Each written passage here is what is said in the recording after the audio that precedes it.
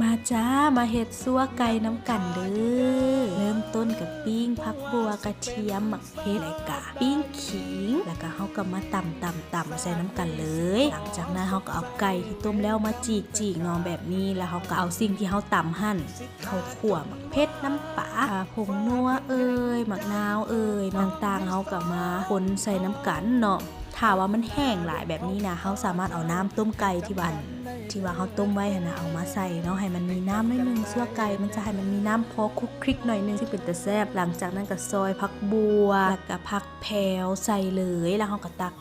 แล้วก็เสิร์ฟได้เป็นเมนูที่ก็บ่ได้ยากปานใดเนาะแต่ว่าอย่าลืมข้าวคั่วเนาะคันใส่ข้าวคั่วแล้วจะเฮ็ดให้หอมแซ่บเลยการเฮ็ดซั่วไก่นี่ก็มีหลายรูปแบบเนาะแล้วแต่ว่าคนเขาจิมักเฮ็ดรูปแบบใดบางคนก็มักใส่ส้มมะขามเมนูอยู่เฮือนอยู่นี่เน้นง่ายสบายเพราะว่าเฮ็ดเวียกมาแต่ละมื้อก็เมื่อยแฮงแล้วคันให้ไปซื้อเมนูทางนอกก็คือบ่ถูกป